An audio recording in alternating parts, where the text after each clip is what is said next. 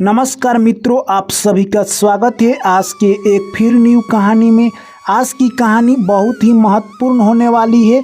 इन 5 प्रकार के लोगों को आप अपने घर कभी भी बुलाकर ना लाएं, नहीं तो आप इसका अंजाम बहुत बुरा होगा।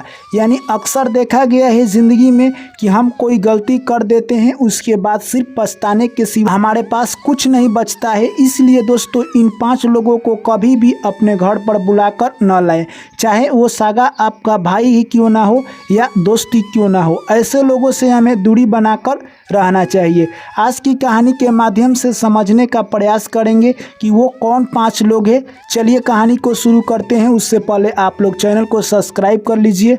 एक बहुत बड़ा जंगल था। उसी जंगल में एक सियार और सियारिन के जोड़ा रहा करते थे। सियार और सियारिन में काफ़ी प्रेम था। एक दिन वो देखते हैं कि कुछ जानवर आपस में ही लड़ रहे थे। तभी सियारिन कहती है कि हमें पता नहीं चलता है कि जो भी जानवर या मनुष्य हैं वो आपस में ही क्यों लड़ते हैं, एक दूसरे से क्यों अच्छी नहीं बनती है।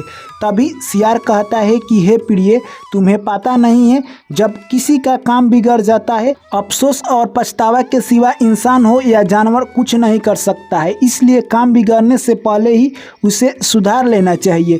तभी सियारिन कहती है कि हे पियाजी, आप क्या कहना चाहते हैं, मैं समझ नहीं पाई, आप अच्छी तरह से बताइए। तभी सियार कहता है कि मैं तुम्हें एक छोटा सा कहानी सुनाता हूँ, इस कहानी को तुम पूरा सुनना और जो भी दर्शकगण और भाई बहन है वो भी कहानी को पूरा सुने। उसके बाद सियार कहता है, एक छोटा सा गांव था। उस गांव में एक सेठ रहा करता था। सेठ का एक ही लड़का था। सेठ अपने पत्नी के साथ और लड़के के साथ काफ़ी अच्छा प्रेम भाव से रहता। सेठ अपने लड़के को कहे तो कोई काम नहीं करने देता, क्योंकि उसके पास बहुत सारा धन दौलत था। अपने लड़के को राजकुमार की तरह पाल रहा था। ऐसे ही दिन निकलते गए। उसका लड़का काफ़ी बड़ा हो गया और सेठ अपने लड़के की शादी कर देता है। शादी होने के बाद भी लड़का कोई काम नहीं करता, क्योंकि उसकी पिता की संपत्ति काफ़ी थी। दिन ऐसे ही गुजरते गए और सेठ और सेठानी इस दुनिया को छोड़कर चल बसे।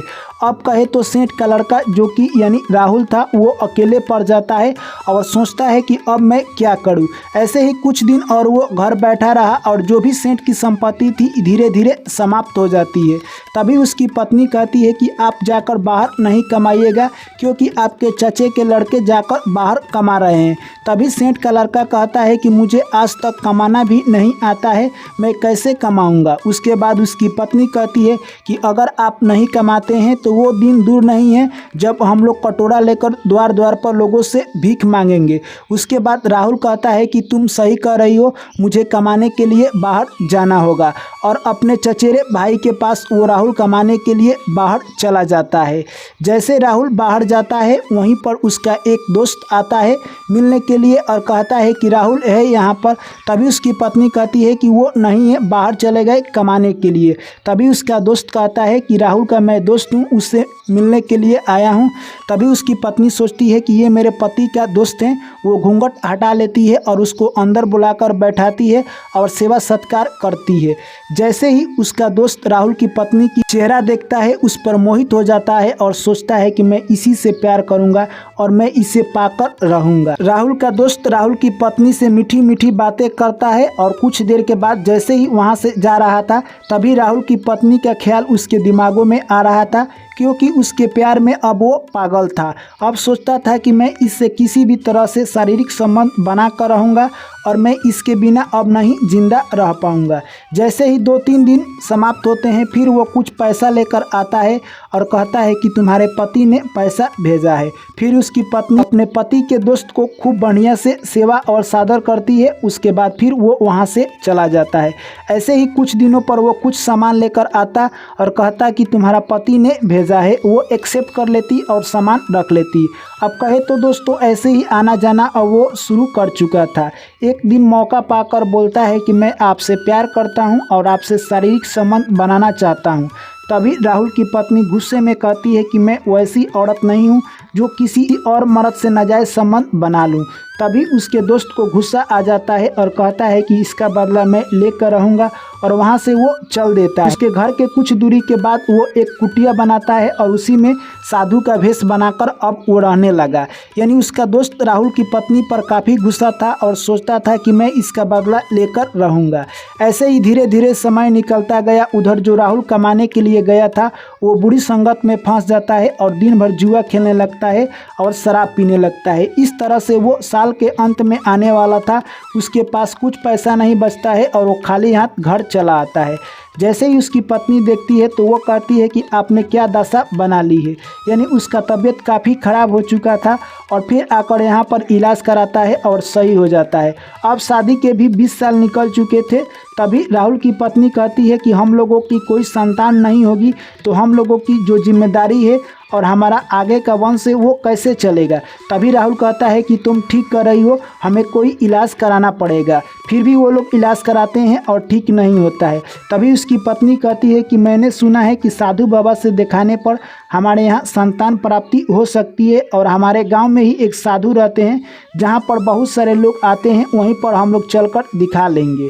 अगले दिन राहुल और उसकी पत्नी उस साधु बाबा के पास जाते हैं और कहते हैं कि हमें संतान की प्राप्ति नहीं हुई है, हमें क्या करना चाहिए। तभी वो साधु जो कि राहुल का दोस्त था वो इतना बड़ा बड़ा दाढ़ी और केस बढ़ा लिया था कि वो अपने दोस्त को भी चिन्ह नहीं पा रहा था और उसका दोस्त भी उसे नहीं चिन्ह पा रहा था।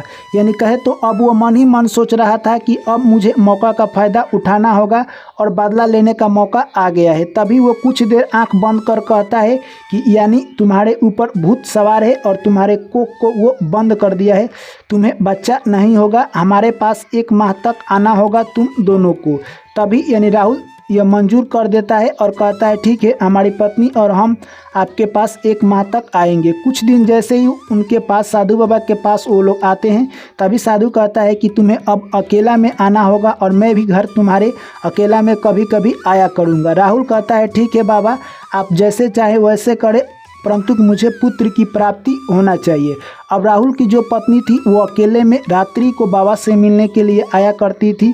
बाबा भी कभी कभी उसके घर यानी चल जाया करते थे। एक दिन की बात है, जैसे ही राहुल की पत्नी आती है बाबा उससे कुछ काम करवाते हैं और उसका कपड़ा हटाते हैं। तभी वो गुस्सा हो जाती है।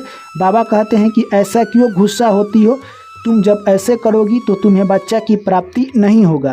तभी कहती है कि मैं किसी से संबंध नहीं बनाती हूँ। तभी बाबा कहते हैं कि अगर तुम मुझसे संबंध नहीं बनाती हो तो तुम्हें पुत्र की प्राप्ति नहीं होगा, क्योंकि तुम्हारा पति यानी जुएरी है, नशेरी है, उसमें कोई शक्ति नहीं है। तुम्हें मुझसे ही संबंध बनाना होगा, तभी ही तुम्हें पुत्र की प्राप्ति होगी, वरना तुम्हें समाज बांझ कहेगा और बांझ का यह तुम दिक्कत कैसे सह पाओगी। कहे तो दोस्तों राहुल की पत्नी यह सब सोचकर उस बाबा से संबंध बनाने लगती है और जैसे ही उस बाबा से संबंध बनाती है उसे ज़िंदगी का असली सुकून मिलता है और अपने पति से अच्छा सुकून मिलता है। अब वो साधु बाबा की दीवानी हो गई। अब वो कहे तो छुपके मिलती है।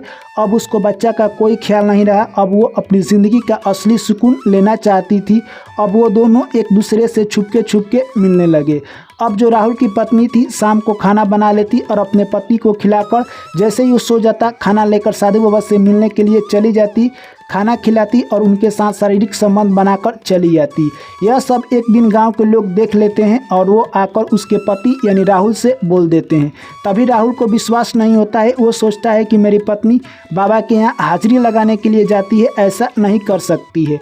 अगले दिन राहुल सुबह ही खाना खाकर सो जाता है और नाटक करता है। तभी राहुल की पत्नी देखती है कि उसका पति सो गया है और वो खाना लेती है और साधु बाबा के पास चल देती है। जैसे ही जाती है उसके पीछे उसका पति राहुल जाता है और साधु बाबा के पास जाती है, खाना खिलाती है और उनके साथ शारीरिक संबंध बनाती है और वहां से लौटकर चली जाती है। यह सब दृश्य राहुल देख लेता है और वो काफ़ी गुस्सा हो जाता है और आकर पहले ही अपने यानी कहे तो बेड पर सोया हुआ था। तभी उसकी पत्नी आ जाती है और वो अपने पत्नी की सारी सच्चाई जान जाता है। तभी कहता है कि मेरी पत्नी चरित्रहीन है। उसके बाद दोस्तों यानी उसके कुछ आसपास के जो भी लोग थे जो कि बताए थे कि तुम्हारी पत्नी चरित्रहीन हो गई है, उसका दोस्त आते हैं और कहते हैं कि तुम्हारी पत्नी बिगड़ गई है, मैंने अपने पत्नी के बारे में सब कुछ जान गया हूं। तभी उसका दोस्त कहता है कि अपने पत्नी को कभी भी साधु बाबा के पास नहीं जाने देना चाहिए, क्योंकि तुम अगर ऐसे करते हो तो तुम्हारे साथ यही अंजाम होगा। उसके बाद यानी कहे तो सियार कहता है कि हे प्रिय, उसके बाद यानी कहे तो उसका दोस्त बताता है कि तुम कभी भी साधु बाबा के पास उसे मत जाने दो, क्योंकि ऐसे साधु बाबा ठड़की होते हैं। वो आपके परिवार में विवाद खड़ा कर देंगे और आपके पत्नी के साथ नाजायज संबंध बनाएंगे, जिससे कि आपका जीवन खराब हो जाएगा। उसके बाद सियार कहता है कि 5 ऐसे दोस्त होते हैं या सगे संबंधी जिनसे हमें रिश्ता नहीं रखना चाहिए। पहला नंबर यानी ढोंगी लोगों से कभी भी रिश्ता नहीं रखना चाहिए, चाहे आपके वो क्यों ना प्रिय हो या दोस्त हो। अगर उनके साथ आप रिश्ता रखते हैं तो जिस तरह साधु बाबा ने राहुल की पत्नी को अपने जाल में फंसा लिया था, ठीक उसी प्रकार वो ढोंगी आपके साथ कर सकता है।